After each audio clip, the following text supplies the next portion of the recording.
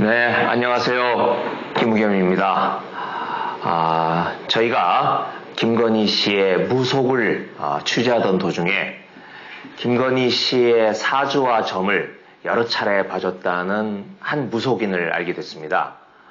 그분이 직접 본인의 유튜브에 올린 내용인데요.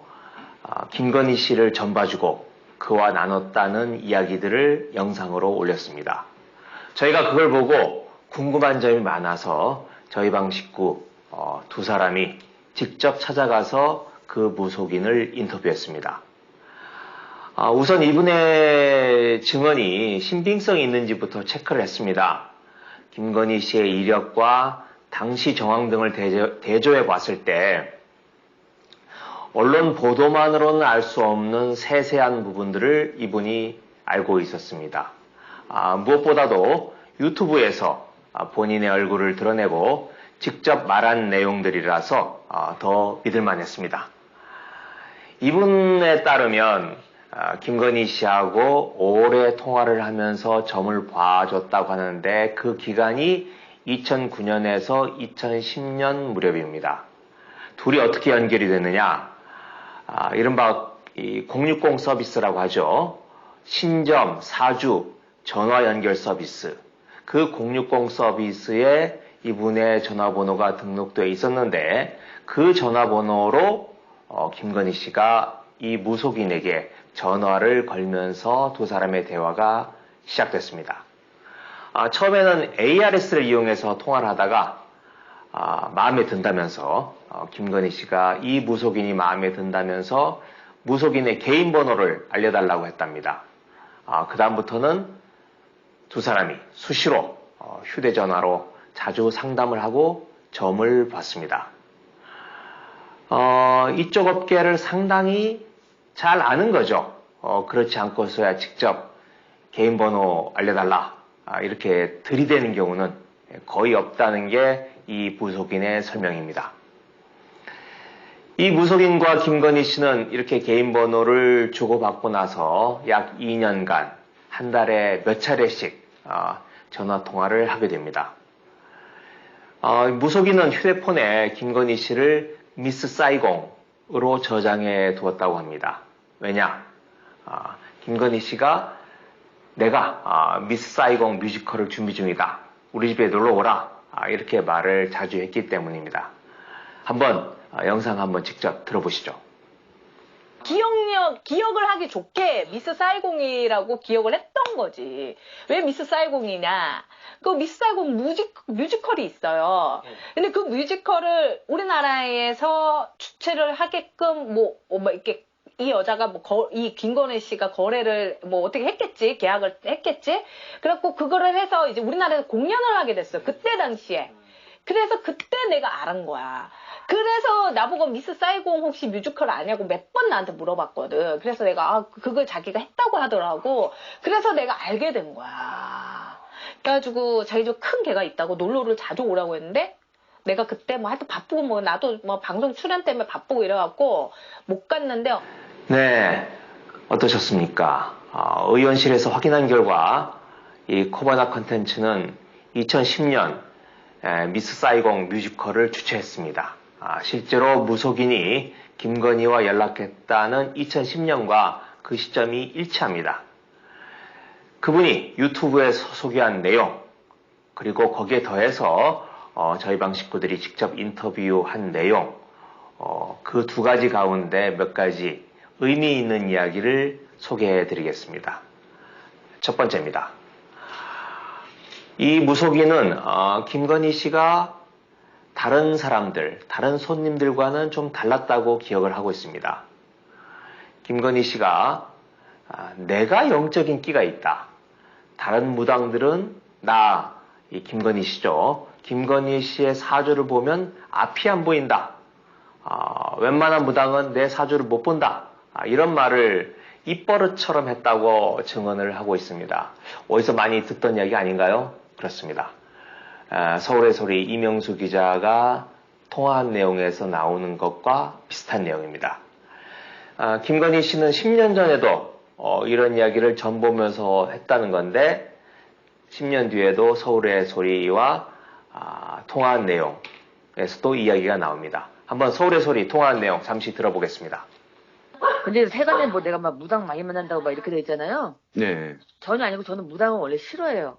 왜냐면 웬만한 무당이 저 못 봐요.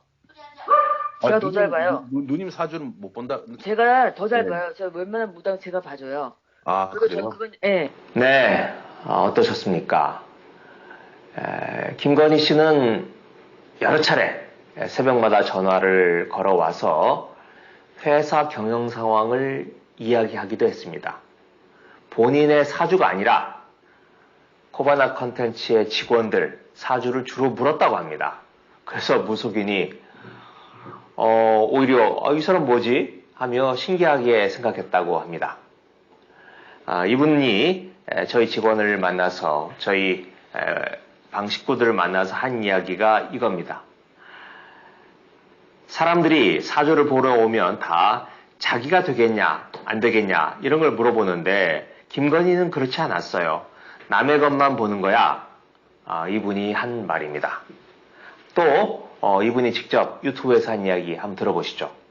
그리고 또 하나는 이분이 단점이라면 단점이야. 남의 거를 아주 궁금해해.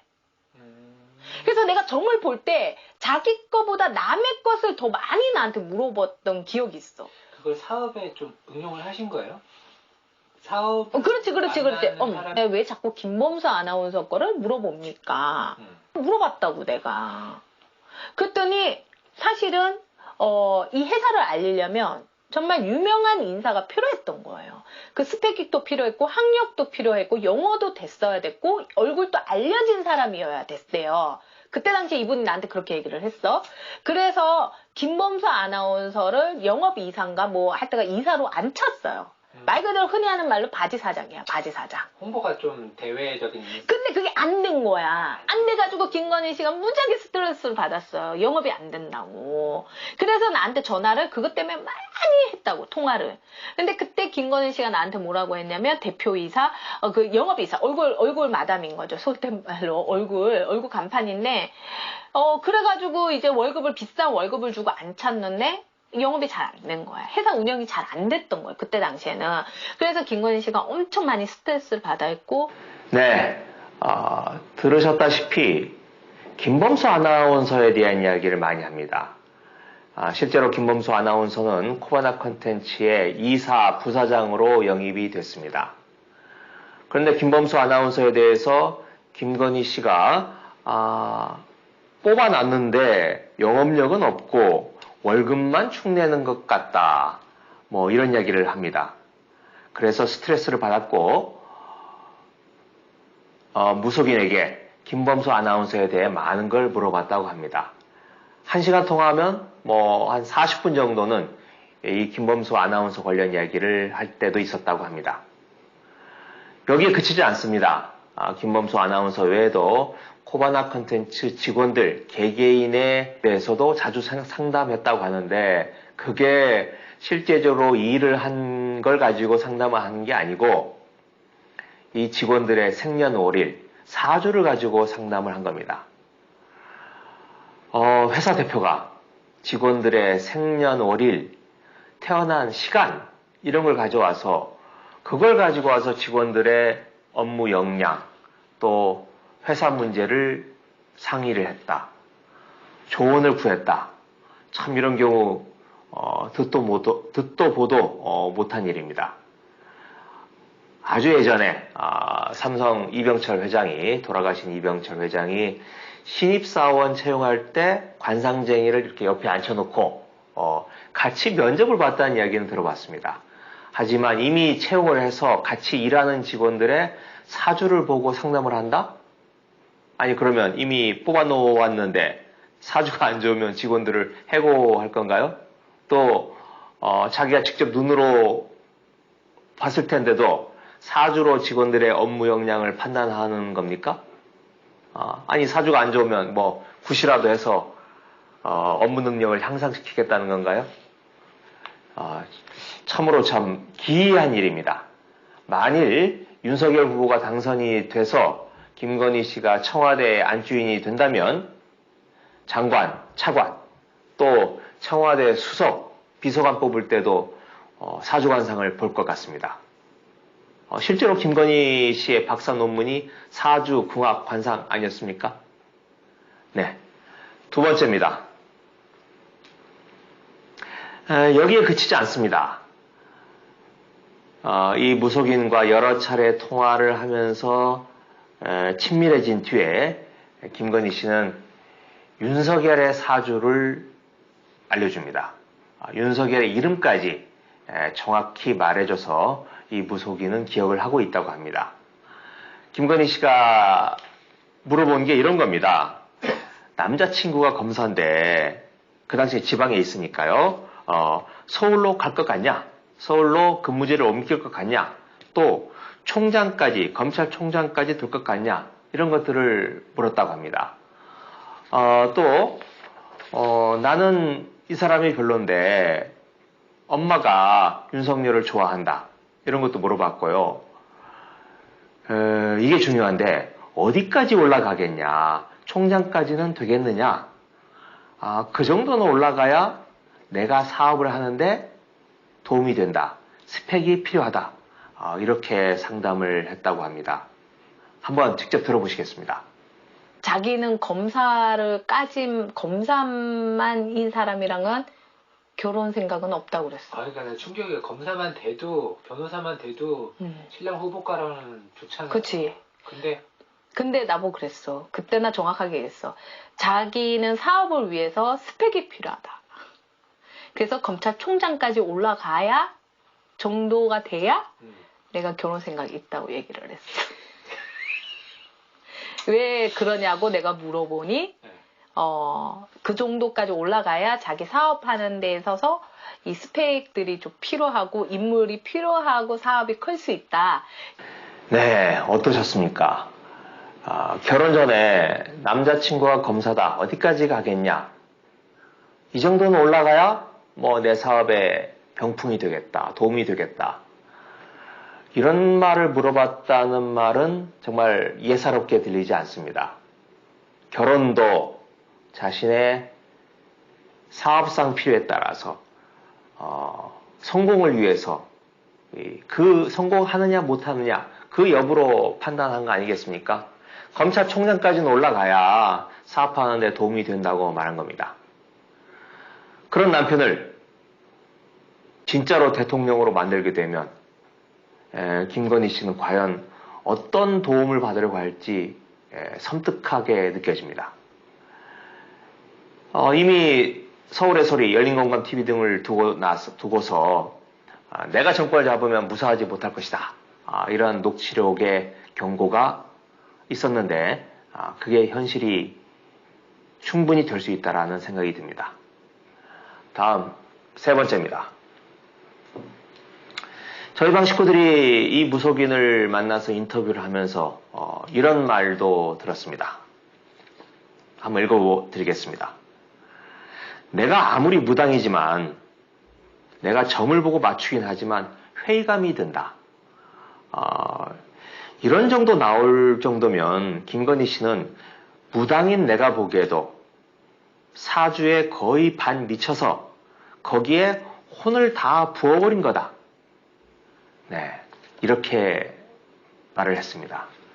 사실 사주는 많은 분들이 봅니다. 네, 하지만 대체로 재미로 보는 분들이 많죠.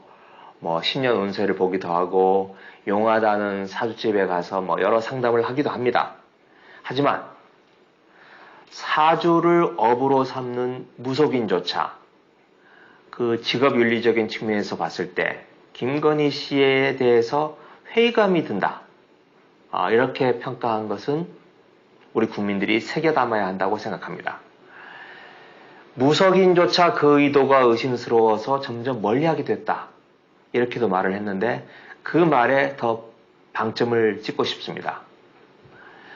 오늘 우충자돌 어떠셨을지 궁금합니다. 오늘 소개해드린 무속인이 자신의 유튜브에서 한 말을 마지막으로 보내드리면서 오늘 방송 마치겠습니다. 고맙습니다. 전제로 말하자면 김건희 씨라고 내가 안 이상 그분이 그분인가 아니 이상 사실은 그분 사주에 영부인 사주가 없어. 여러분들 잘 뽑으셔야 돼. 진짜 잘 뽑아야 돼. 정말 영부인감은 아니다.